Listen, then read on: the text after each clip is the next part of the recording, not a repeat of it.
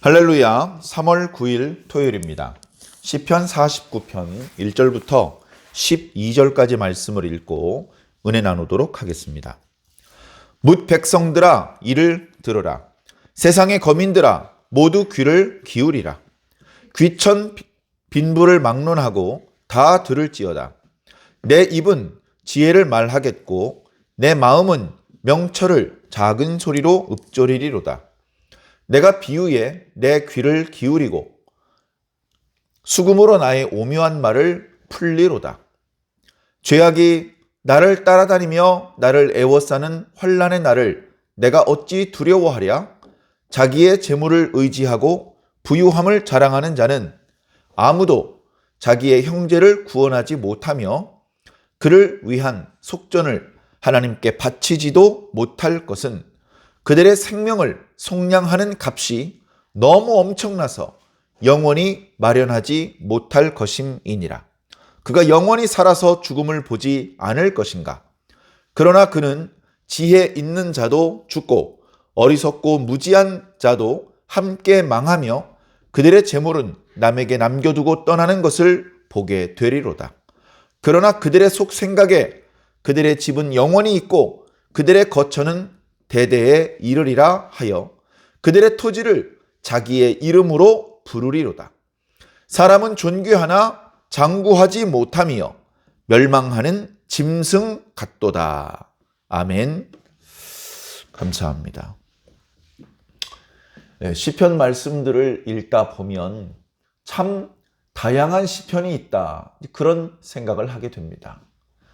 하나님의 말씀, 율법, 그것을 찬양하는 토라시, 그리고 하나님을 찬양하는 찬양시, 왕을 찬양하는 제왕시, 그리고 뭔가 답답한 사정을 하나님께 말씀드리면서 구원해달라고 간청하는 그런 탄원시, 그런 이제 여러 종류의 시편들이 있습니다.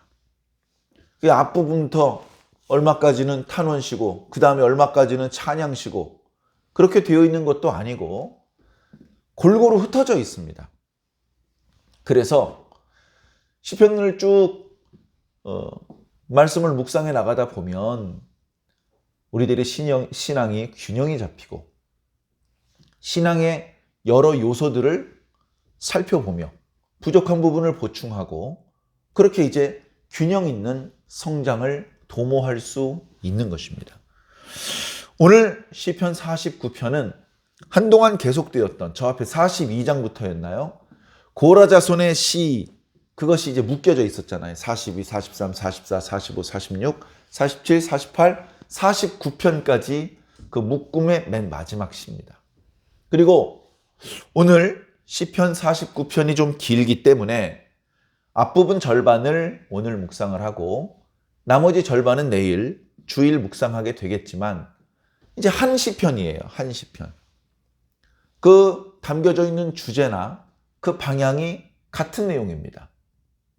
특히 오늘 읽었던 말씀 맨 마지막 구절 12절과 내일 묵상하게 될 말씀 맨 마지막 구절인 20절이 같은 내용이에요.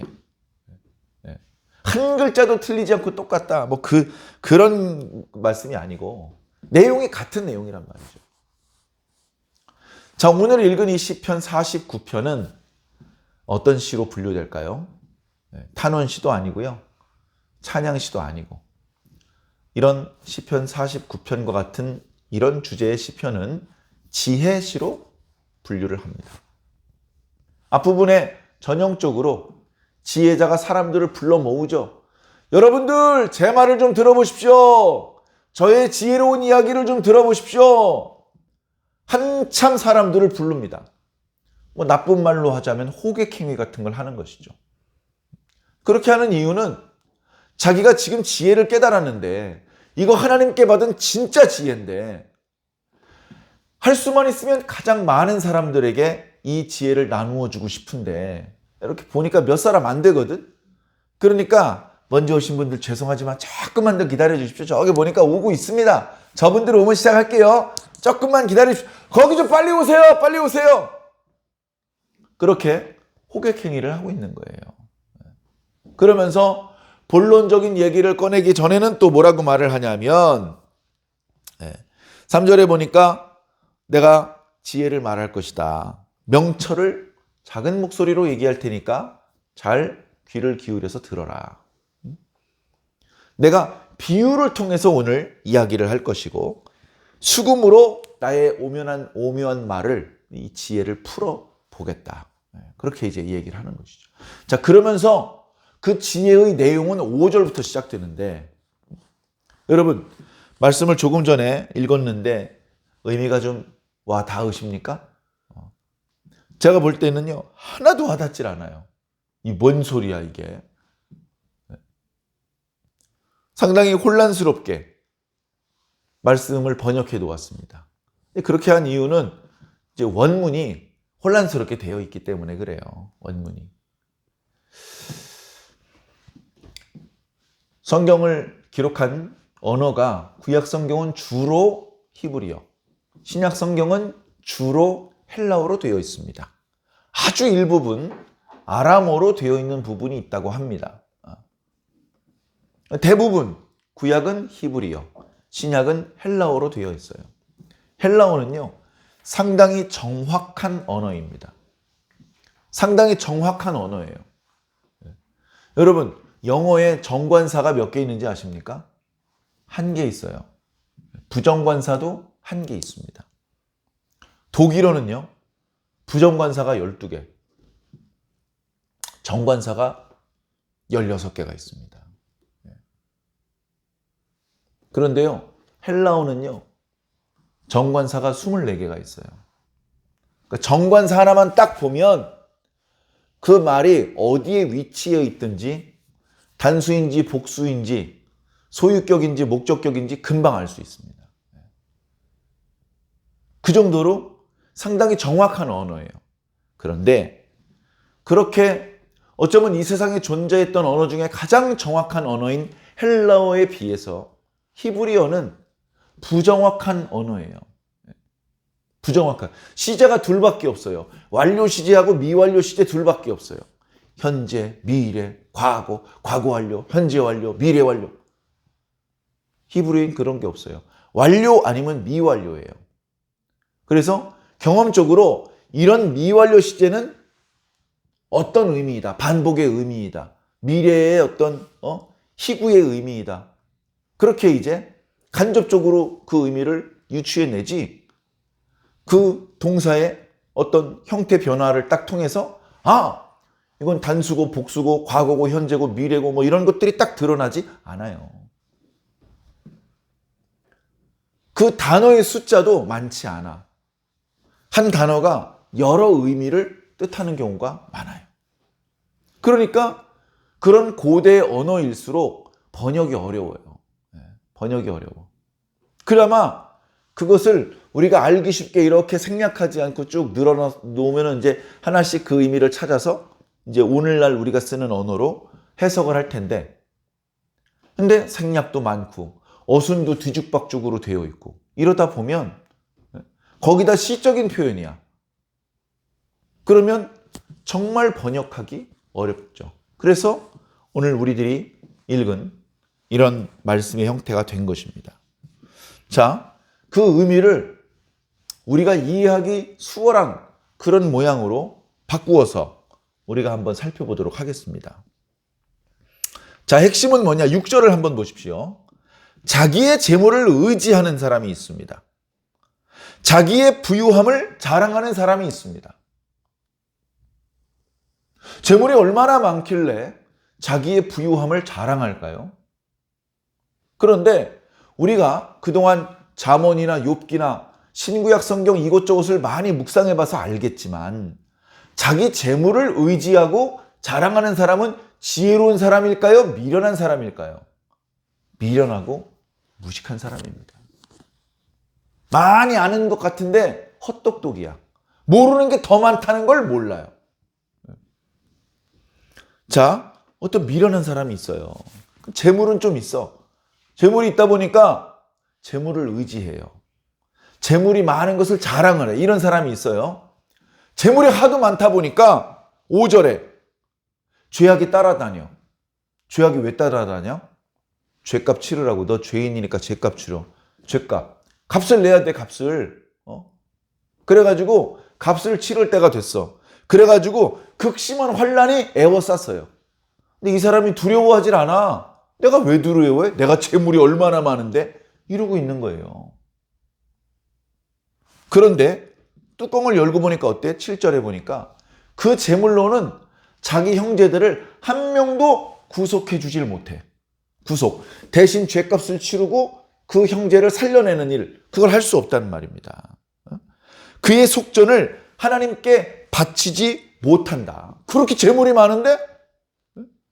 자, 왜 또 하나님께 바치느냐? 여기서 하나님은 재판관이에요. 재판관.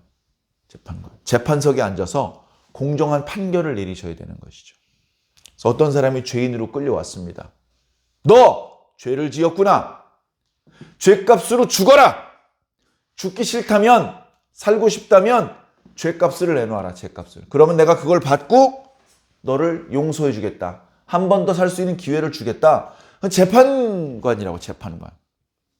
그래서 하나님 앞에 그 죄의 값을 내야 돼요. 속전을 내야 돼. 속전을 내고 죄가 속해지고 그리고 다시 사는 거예요. 난 충분히 죄값을 낼 수 있어. 나는 재물이 이렇게 많아. 그런데 어떻게 된다고요? 하나님 앞에 속전을 하나님 앞에 바치지 못한다. 왜 그렇죠? 8절. 그들의 생명의 속량값이 너무 엄청나기 때문에. 이 부자가 재물이 꽤 많이 있는데 그걸로 낼 수가 없어. 그거 다 바쳐도 한 사람의 생명도 구속하지 못한다는 거예요. 땅에 금을 그렇게 많이 가진 사람이 아니야. 엄청나게 많은 금을 끌고서 기어이 하나님 앞에 섰어. 자기 생명값을 내려고. 그래가지고 딱 꺼내보니까 그 생명에 속량하는 값을 채우지를 못하는 거예요. 한 사람도 살리지를 못하는 거예요. 그러니까 어떻게 해야 됩니까? 죽어야죠. 그래서 9절, 그가 영원히 살아서 죽음을 보지 않을까? 아니, 죽는다. 11절, 그는 결국 지혜 있는 자도 죽고 어리석고 무지한 자도 함께 망하되 그들이 가지고 있던 재물, 그걸 생명의 값으로 하나님 앞에 바치지도 못해. 그건 다른 사람한테 맡겨두고 죽게 된다는 것을 보게 될 것이다. 자기가 직접 죽어서 자기가 세상에서 가지고 있었던 재물을 자기 생명을 위해서 지불할 수 없게 된다는 걸 스스로 느끼기 전에 자기 주변 사람들, 자기보다 윗세대 사람들, 그 사람들의 모습을 이렇게 보면, 야, 살아있는 동안에 돈 많다고 떵떵거리더니 자기 죽음을 위해서 생명의 속전을 하나님 앞에 바치지 못하고 재물 옆에 있는 사람한테 주고 그냥 가버리네? 이걸 보고 어리석고 무지한 자가 되지 말아라. 그런데 그런 사례가 주변에 수도 없이 많이 있음에도 불구하고 지혜를 배우지 못해요. 무슨 소리야? 내가 돈이 얼마나 많은데 나 이걸로 속전 지불하고 난 또 살 수 있어. 그렇게 생각한단 말입니다. 11절. 그러나 그 멍청이들은 속으로 생각하기를 자기 집은 영원히 있고 자기의 거처는 대대에 있을 것이라고 생각한다. 그래가지고 자기 땅 있죠. 자기 땅. 자기 죽으면 남의 거 되는 줄도 모르고 자기 땅을 자기 이름으로 불려. 여기는 홍길동의 땅이다. 그 땅이 이름이 홍길동의 땅이 될지는 몰라도 그 사람은 그거 가지지 못하고 죽어야 돼요. 그거 남한테 주고 떠나가야 된단 말이에요. 그걸 깨달으라는 겁니다. 그 결론이 뭐예요? 사람은 존귀한 것 같으나 존귀하죠. 사람이 살아있는 동안에요. 존귀하게 살아야 됩니다.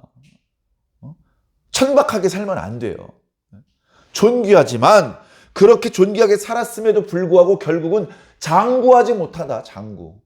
길게 계속해서 살지 못한다는 겁니다.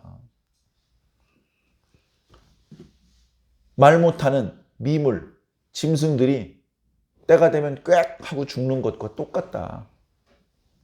사람도 그 미물이 죽는 거나 별반 다르지 않게 죽더라. 이게 이제 오늘 시편의 핵심적인 내용입니다. 오늘 뭔가 하나님께 지혜를 받은 이 시인이 주변의 사람들 빈부 귀천을 막론하고 다 모여서 내 지혜를 들으시오 라고 해놓고서 꺼낸 핵심적인 내용이 이거라는 거예요. 뒤에 이어지는 내용이 또 있습니다. 같은 주제가 이어질 텐데 그 뒷부분은 다음 시간에 자세히 살펴보기로 하고, 자, 오늘 말씀을 통해서 여러분들 어떻습니까? 영적인 상황이 있어요. 사람은 죄인이에요. 무슨 소리야? 나는 감옥에 간 적도 없고 벌금을 낸 적도 없고. 그건 사람들끼리 비교했을 때 비교적 착한 사람이죠. 상대적으로 선한 사람이란 뜻이지, 전능하신 하나님의 눈동자 앞에서는 새카만 죄인일 뿐이다. 죄인이에요. 그 상태로 죄를 가지고 하나님 앞에 섰어요. 그럼 어떡합니까? 죄값대로 형벌을 치러야 되는 거예요. 죄값을 치러야 되는 거죠. 그것이 두려우면 속전을 내야 돼. 생명의 속전을. 그래가지고 멍청한 놈이 돈을 가지고 하나님 앞에 와서 이거면 되죠? 하고 내밀었는데 생명에 속량하는 값이 너무나 엄청나기 때문에 전혀 지불하지 못한다. 생명은 황금으로 살아있지도 않고 스스로 움직이지도 못하는 그 쇳덩어리로 지불하는 게 아니다. 생명은 생명으로 갚는 거예요. 생명은 피로 갚는 거예요. 죄를 지었으니까 피를 흘려야 됩니다. 죄를 지었으니까 피를 흘려야 돼. 피 흘리면 죽습니다. 사람의 생명이 피에 있습니다. 피를 다 땅바닥에 쏟아버리고 나면 죽어야 됩니다. 살 수 있는 방법 여러분들은 잘 아시죠? 우리를 대신해서 피를 흘리신 예수 그리스도를 믿으면 됩니다. 예수 그리스도를 믿으면 예수 그리스도께서 우리를 대신해서 피를 이미 흘려주셨기 때문에, 그리고 예수님의 피는 우리의 피보다 값어치가 커서 나 한 사람뿐 아니고 태초 이래로 이 땅에 존재했던 모든 사람의 죄를 다 용서하실 수 있는 그런 가치가 있어요. 내가 하나님 앞에 들고 가는 쇳조각은 한 사람도 못 살리지만 예수님의 보혈 한 방울은 온 인류의 죄를 용서시킬 수 있는 그런 값어치가 있는, 보배 피라고 해서 보혈이라고 부르는 거예요. 그 예수님을 믿어야 돼. 예수님께서 십자가에 달려 돌아가셨죠? 그때 피를 다 쏟으셨습니다. 그러니까 믿지 않는 우리도 자동으로 구원받는다? 아니라니까요. 그 예수님의 보혈의 공로는 믿는 사람에게만 전가가 된다는 겁니다. 믿는 게 필요해. 믿는 게. 믿어야 돼. 믿으면 우리 속에 있던 죄는 예수님께 건너가고 예수님께 있던 의로움이 우리에게 건너와요. 그래서 우리는 죄인인데 의인이 되는 거예요. 안 죽어도 되는 거죠. 의인이 죽어야 되는 게 아니고 죄인이 죽어야 되잖아요. 우리에게 있던 죄가 예수님에게 건너가서 예수님이 의인인데 죄인이 됐어요. 그래서 예수님 죽으셨잖아요. 그렇게 우리의 죄가 소멸되는 거예요. 믿는 과정이 없이는 우리의 죄가 소멸되지 않습니다. 그러면 믿는 건 어떻게 하나요? 믿는 건. 믿습니다! 소리 지르면 믿어지는 겁니까? 믿는 건 내 맘대로 되는 게 아닙니다. 믿는 건 하나님 마음대로 됩니다. 하나님 마음대로 되는 거예요. 어떤 사람은 믿게 하시고 어떤 사람은 안 믿게 하시는 거예요. 그게 억지로 안 됩니다. 믿어지는데 안 믿은 척 할 수가 없고요. 안 믿어지는데 믿은 척 할 수가 없어요. 속일 수가 없습니다. 하나님께서 믿어지게 하신 사람이 믿는 겁니다. 그 사람이 구원받는 겁니다. 어리석고 미련한 사람, 무식한 사람은 돈이 자기를 구원할 줄 알고 많은 토지를 가지고 있는 것을 자랑스레 말하지만 짐승이 죽는 것과 마찬가지로 허망하고 비참하게 죽을 수밖에 없는 것입니다. 사랑하는 성도 여러분, 오늘 본문 시편 말씀에는 예수 그리스도를 믿고 그분의 보혈로 우리의 죄가 온전히 속해진다는 그런 말씀까지 포함하고 있지는 않습니다만 우린 성경 전체를 조망하면서 그런 복음이, 그런 구원의 길이 있음을 잘 알고 있지 않습니까? 이 구원의 길은 우리가 개척한 것이 아닙니다. 하나님께서 만들어 주신 것입니다.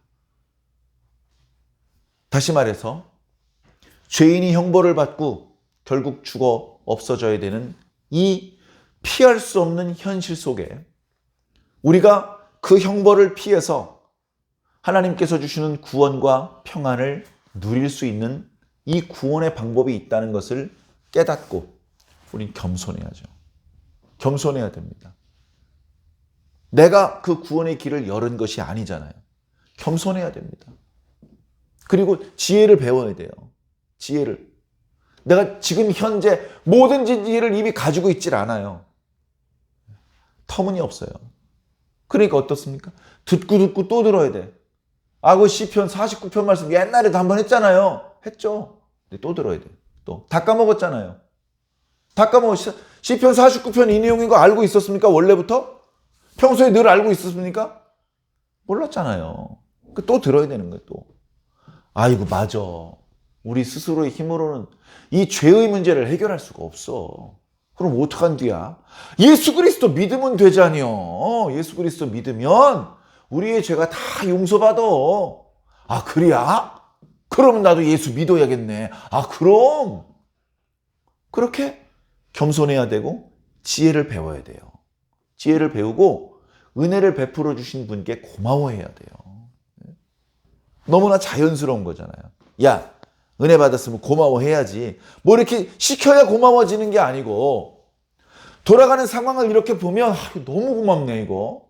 야, 이거 나는 아무것도 안 했는데 이런 큰 은혜를 입어도 되는 거야? 그러니까 고마워해. 하나님께서 돈 달라고 하시는 것도 아니고 하나님께서 바라시는 게 없어. 그저 고마워해. 고마워. 그럼 고맙지. 너무너무 고맙네. 우리가 고마워하고 하나님께 감사하다 말씀을 드리면 하나님께서는 다 받으신 거로 그렇게 생각을 하십니다. 우리의 고마움을 말로, 우리의 고마움을 우리가 살아가는 모습으로 하나님 앞에 보여드릴 수 있다면 하나님께서는 더 요구하지 않습니다. 이미 충분합니다. 우리가 진심으로 하나님을 사랑하고 고마워하고 하나님의 은혜에 감격하는 그런 마음이 식지 않고 그 마음 그대로 살아갈 수만 있다면 하나님께서 크게 기뻐하실 것입니다. 계속해서 시편 49편 뒤에 이어지는 말씀을 통해서 이 49편을 통해서 주시는 메시지를 온전히 깨닫게 되시기를 예수님 이름으로 간절히 축원합니다. 아멘.